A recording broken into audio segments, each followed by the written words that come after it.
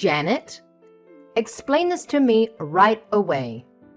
What's wrong with this mess in the kitchen? What's with the kitchen? I don't understand what you're talking about. Just tell me what happened. I can't believe it. Now you're officially a member of the family. So you don't have to do anything, right? How could you be such a lazy creature to ignore the stupid mess in the sink? I told you to do it yesterday, but you haven't completed it by now. Having you in this house is such a burden. Oh my gosh. How dare you talk to me with that voice? Stop it. Don't you know you're being rude? I'm your sister-in-law. So what? It makes absolutely no sense. Haha. It's funny for you to think that way. To me, you're nothing but a useless moron. You're so lazy that you can't even wash the dishes. I'm busy with my work right now. I can't come home before 6 p.m. this afternoon. So could you just lend me a hand and deal with that? I know you can, right? Holy crap.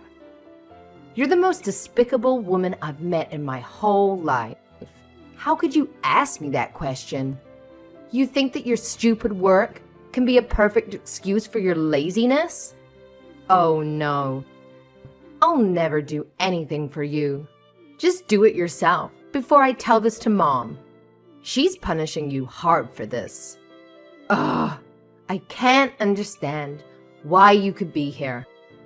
You're not worth it. Why am I here? I married your brother, Barry. I didn't have a problem with living with your father and taking care of him. My grandfather was in the military too. I know how veterans sometimes have a rough time back in civilian life. Barry told me how tough it was when your mother passed away. And I don't mind helping out around the house. I didn't even mind the fact that you were still living at home. The house is big enough for everyone to have a little space of their own. But I'm not here to do everything, so you don't have to lift a finger. You just don't get it, do you? Shall I spell it out for you? As long as you're under our roof, you are expected to do as you're told. We have allowed you to live here out of the goodness of our hearts. You seem to have forgotten that you are freeloading on the backs of our kindness. It would do you well to try and remember that we've been very good to you. So don't forget to keep up your end of the bargain. What are you on about? Do you think this is some kind of twisted fairy tale? My brother feeds you and clothes you, right? Most people would be grateful and try to do their best for the family that had taken them in. You, on the other hand, seem to have a cheeky answer for everything and a complaint to go along with it. Know your place, Janet. I didn't get married to become this family's housemaid. I married Barry knowing that his mother had passed away and that his father needed special care because of his wounds. I most certainly didn't expect to be treated like Cinderella by some wicked stepsister. I don't care what you expected. This is my house, and you will abide by my rules while you're here. I should make you pay for my medical bills. All the stress you've caused me since you've moved in here is taking a horrible toll on my well-being. What? You do realize that if I even did consider giving you money, you'd be extorting your brother and not me, right? You've made me lose great wads of hair, and I had to buy a special Himalayan growth serum. I've also had to increase my time at the spa each week. Mario at Prestige Massage says the knots in my backs and shoulders are a direct reaction to the stress of having you in my house. He recommends daily massages and saunas. My back especially needs a lot of work, he says. And it's not cheap, you know. The oil he uses, a source from a tiny plantation in the Amazon that only 2 people know about. The ingredients are taken by horse to a witch doctor. who then takes them the 300 miles up the Amazon in a canoe to an airfield from which they are flown directly to California. Mario knows one of the farmers, so he gets most of their supply. It's incredibly expensive.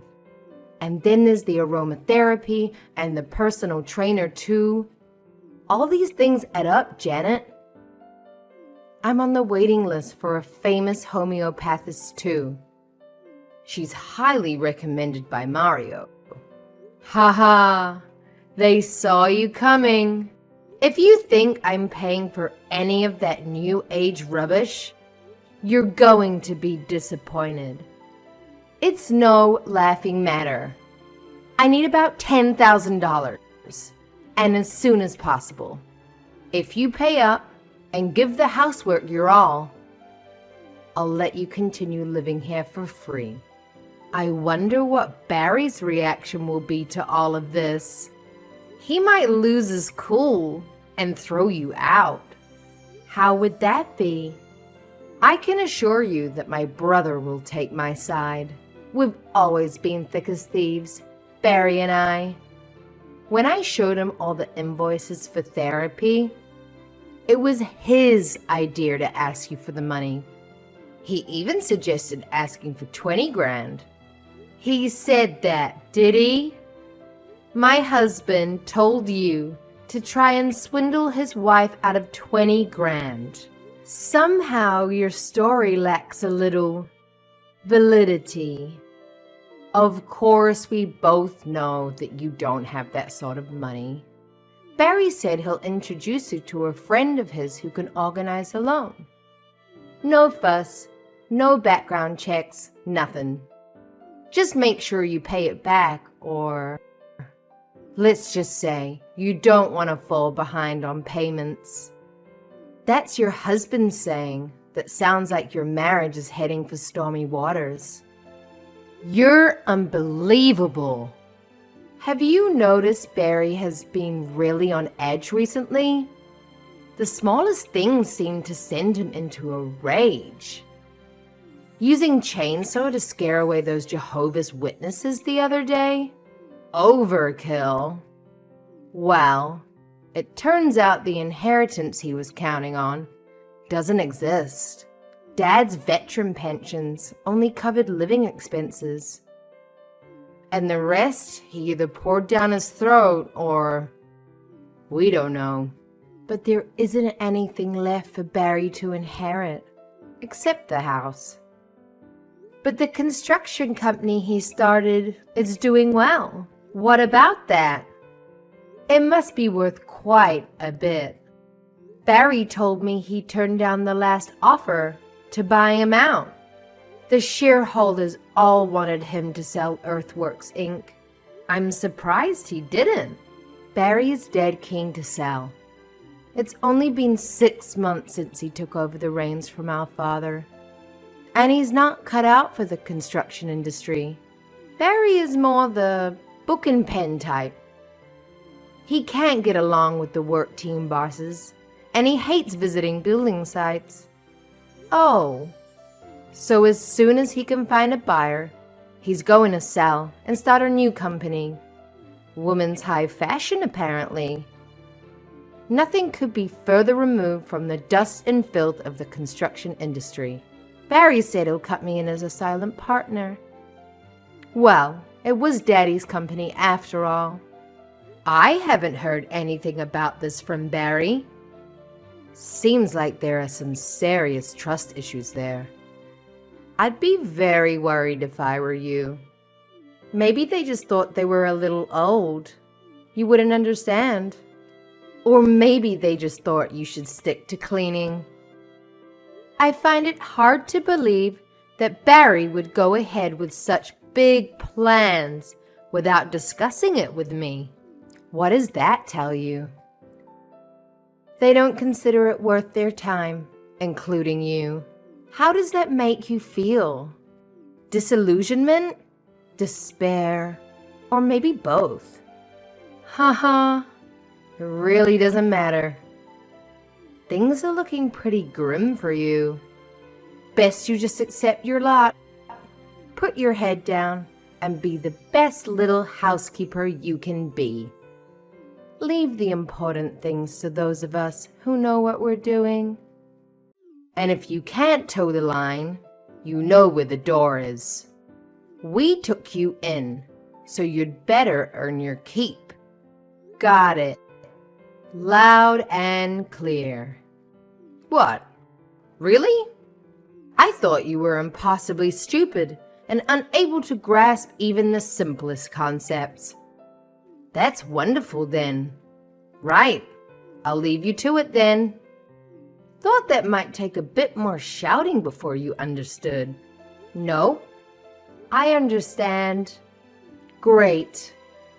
You see, a laugh and a smile and everything is okay again. If everyone knows their place, we'll all get along swimmingly. Oh, and the money by the end of the week. Please. I want to be sure to book my spots at the spa next month. They need the cash up front. They're having a few problems with the online payment system, Mario says. If you need to take out a loan, have a word with Barry. He knows a guy. Hey, Janet. What's happening with the cash? I thought we'd agreed that you'd pay me by the end of the week. Cash, okay?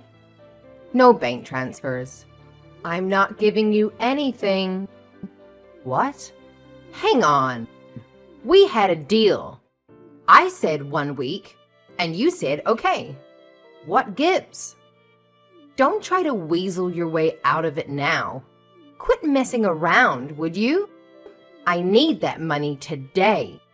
You're the one who's messing around, trying to force your brother's wife into paying you? For what? Some figment of your imagination? You aren't getting a cent. Wow. You've got a nasty way of talking back to people, haven't you? Since when do you give the orders around here? I made it perfectly clear where you stood in this family. At the bottom. If you can't be quiet and get on with your chores, then you'll soon find yourself divorced and kicked out. I got divorced yesterday. What are you talking about? Have you been drinking? You can't just get divorced. These things take time, money, and a lot of back and forth with lawyers. You're obviously in a very unstable mental state at the moment. Shall I call Mario and see if he can fit you in today? He's not cheap, oh heavens no. But he will help you relax and maybe return to your normal state of mind. A while ago, I had a big fight with Barry. We managed to sort it out, obviously, and things went back to normal. Well, not normal, but they went back to the situation we were in now. The fight lasted a few days, and during the most heated moment, Barry threw divorce papers at me. He had already signed them. He was in such a rage. I wonder if that was the end of our marriage right there and then. He finally calmed down, and I think he forgot all about the papers. But I didn't. I kept them. I don't know why, but I just thought they might come in handy one day. So when you started trying to extort ridiculous amounts of money out of me, I signed those papers and took them to City Hall. I knew it would cause all kind of problems, and Barry would probably try and stop me. So I did it yesterday when he was out of town. That's another thing. His business trips. He calls them that. But I know he's just off having fun on the company's dime. How can he always come back from business trips with a tan and a crippling hangover? There's usually sand in his clothing too. I'm not that stupid. His passport is full of stamps from Mexico and the Caribbean. You two must think I'm a total idiot. You really got divorced? Sure did. So any further attempts to squeeze me for money will have to be done in a court of law. I know as long as I'm in this house, I'll be treated like a maid by you. And I don't know what to make of Barry. He hasn't treated me like anything these last months. He hardly even talks to me. So getting a divorce was the easiest thing I've ever done. I can't wait to get as far away from you two as possible. But you said, got it loud and clear. I was surprised, but over the moon that you were finally seeing things from a more overall perspective. I thought things might settle down finally in this house. I tried talking to him about the company and about you, but he refused to let me get a word in. I think he loves you more than me, which is super weird. I asked him outright why he married me. And do you know what he said? He said he married me so there would be someone to look after his sick father and clean the house. The second I heard that, I saw everything so clearly. No more wondering if he was just too busy at the moment, wondering if he loved me or not. I understood. So I decided right there and then to divorce him. So get out! Get out now! Don't waste another second. I'm serious. If I see your smug little face again, I don't know what I might do. You've been a freeloader all this time. Now you aren't even family anymore. You have no right to be here a minute longer. Get out! How dare you try and freeload off us? I think you'll find that you are the freeloader and that it's you who needs to get out. You rude little... What are you talking about? I said get out. You don't think this house is yours, do you? Ha! Oh, you're in for the shock of your life. What the heck are you talking about? This is my family's house. Now, get out. I hate to be the one to tell you. Actually, no, I'm enjoying this. I can't tell a lie. This house is mine. It's in my name. You better tell me what the hell you're talking about. My father bought this house. We've lived here for years. Explain yourself and make it quick. I've got a good mind to go over there and thrash you within an inch of your life. Exactly what I said. There's no hidden meaning. I own this house. The deed is in my name. I bought it, so it's actually mine. No. What the hell? My father bought this house decades ago while you were still in diapers.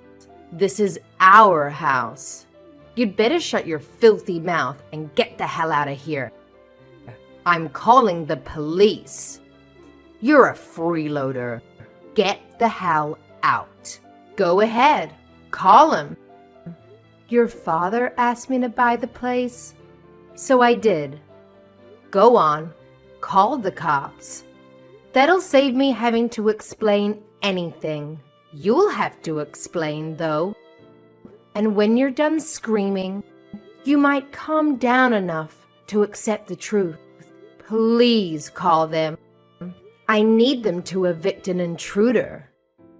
Wait a minute. What the... What are you saying? This is all too confusing. You aren't as smart as you think you are you? Okay, I'll lay it all out for you. Just before your father died last year, he told me that his company was going under. They were just a few months away from filing for bankruptcy. Yes, but Daddy had a sudden angel investor who gave a no-strings-attached loan to buy the latest equipment and get things back up and running again. Yep, and who do you think that investor was? I can't believe we're having such a stupid conversation. You sound insane. You're going to need more than just a massage and some aromatherapy. This is going to take a straitjacket and leeches. Right? Yes. Anyway, your father asked me to buy the house so he could buy all that new equipment. This is the most ludicrous story I have ever heard. Why would he ask you? And I'm supposed to believe you're somehow filthy rich? How is that possible? If you must know, I took out what my parents left me and put most of it into a little company I thought would do well. It did so well, in fact, that I never had to work again.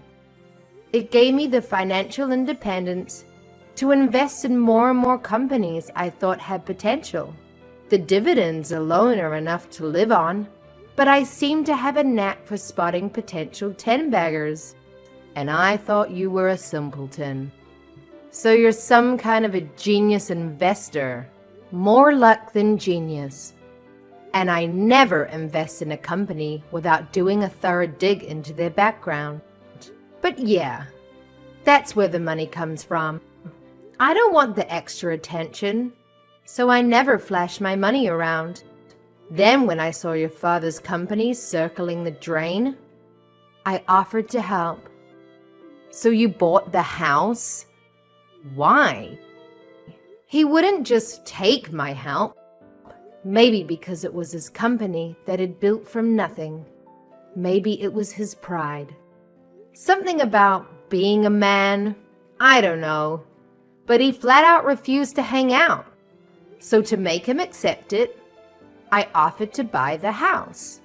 At that time, he was still alive, and Barry and I were still newlyweds. It made sense. I just kept quiet about it. Even Barry doesn't know. So the house really belongs to you. Yes, that's what I'm seeing. So it was actually me who was letting you live here out the kindness of my heart. Anyway, you're wasting time when you should be packing.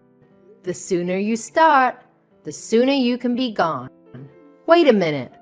What is going to happen to Barry's new company? You mean his idea to mortgage the house and use the money to start its clothing company? That's gone out the window, hasn't it? Up in smoke. You can't mortgage what isn't yours. Oh, and by the way, that company Barry thinks he inherited, you two should probably check the name of the ownership papers. No way. Yeah. So you won't be selling anything without my consent. Barry is the president, in name only. It's registered in my name. This can't be happening. Daddy didn't say anything to us about it because you weren't there to listen when the company was in trouble. When he was sick, you two were always too busy. I was always there to help him into his wheelchair, or to help him to the bath, or to remind him to take his medicine. Barry was always on business trips, and you were flushing money down the drain with your new age spa nonsense. I was at his side when he took his last breath. In the end, he called his lawyers and signed everything over to me. I was the only one who was there for him. That wily old devil. Barry doesn't know he's meeting with the other partners of his new business today. Oh, God. He's taken a huge loan from his friend. And that friend is not the kind of person you want to mess around with. Oh, God. Indeed. That friend. I'm guessing she isn't your regular bank manager then? So putting two and two together, Barry has got on taking a big loan from some crook? I'm guessing that must be the case. Because a bank would, of course, do a thorough check of the company's financial situation, assets, etc. They would, of course, have seen that neither the company nor the house were in Barry's name. No, the loan is from a friend. I'm sure it's okay. What shall we do? Nothing to do with me anymore. I signed the loan contract with Barry. I'm in this too. Well, you're a partner, aren't you? You share the risk with him? Yeah, but that's when we thought we could use the house as collateral. What are we supposed to do now? The whole business plan was based on selling the house and business. Oh, God. It's all melting before my eyes. Yeah, you should have talked to me sooner. How was I to know? You didn't say anything. Daddy didn't either. Now we have no company or house. Just a big debt. Look, the first thing you should do is pay back that loan as quickly as possible. I mean, seriously. The interest on those types of loans is going to make your life very difficult. It's like a never-ending cycle of financial torture. And let me tell you, if you miss even a single payment, oh boy, brace yourself for that interest rate to shoot up. That's just how those people operate, you know? Ugh, Janet, can you please spare me the lecture? The money is already gone. We went ahead and spent it all on setting up the new business shop. You know, interior design, stocking up on inventory, and hired some fresh-faced staff members. Well, well, well. Look at what we have here. You really have gone and screwed things up, haven't you? I mean, if I was a religious person, I'd say some good old karma coming back to bite you in the rear. Your grand plans? Yeah, they're pretty much toast now.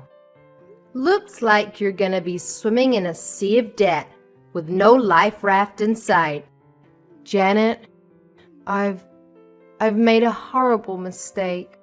I can't even begin to express how deeply and truly sorry I am. I didn't know it was gonna turn out like this. I was just awful to you, and I regret every bit of it. Can you find it in your heart to forgive me? Or maybe forget it? Barry, he only thinks about himself. But please, Janet, I'm begging you, forgive me. Fine, fine, I'm not even angry. What, really? You forgive me? Just like that? Yeah, I forgive you. I mean, life's too short to hold grudges, right? But here's the deal, dearie. Just get out of my house. You and Barry, you belong together. You're like two peas in a pod. Worthless scum. And trust me, I don't want to have to see either of you for any longer than absolutely necessary. So how much longer are you planning on trespassing on my land? Once they realized they couldn't keep living in the city, the story takes place. They packed up and disappeared overnight. They had no hope of ever paying back the loan shark. So they fled rather than face the possible violent consequences of loan forfeit. Some say they went to live in a tiny fishing village in Maine. Others say New Brunswick or even up into Canada. Wherever they end up, they will be living under an alias to avoid suspicion. From time to time, I get a letter begging for forgiveness and, of course, to help pay the loan shark. The letters are always posted from a different place, always along the US-Canada border. Maybe they're always on the move. It's a vast and wonderful country full of hundreds of little towns to disappear into. But I've stopped reading the letters, and now I just throw them straight into the trash. I did get a visit from Barry's loan shark friend once. He and his thugs tried to get me to pay the loan back. A little digging showed they weren't connected to any real mob or cartel. The ringleader was just a punk Barry went to high school with. He didn't have any real power in the city. I mentioned it to a few of the boys in my construction company, and, well, let's just say one day that creep had an office, and the next he was a pile of ashes. Of course, I'll never let them hear about this.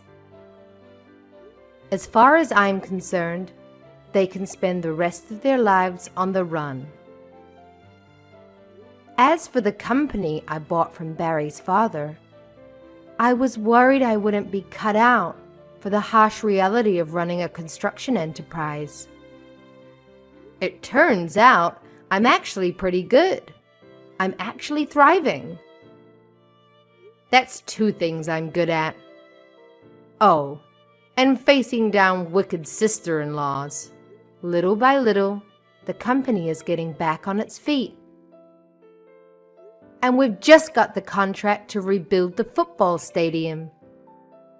I hope Barry's father is up there looking down on me and smiling. I hope he's glad he had me to rely on.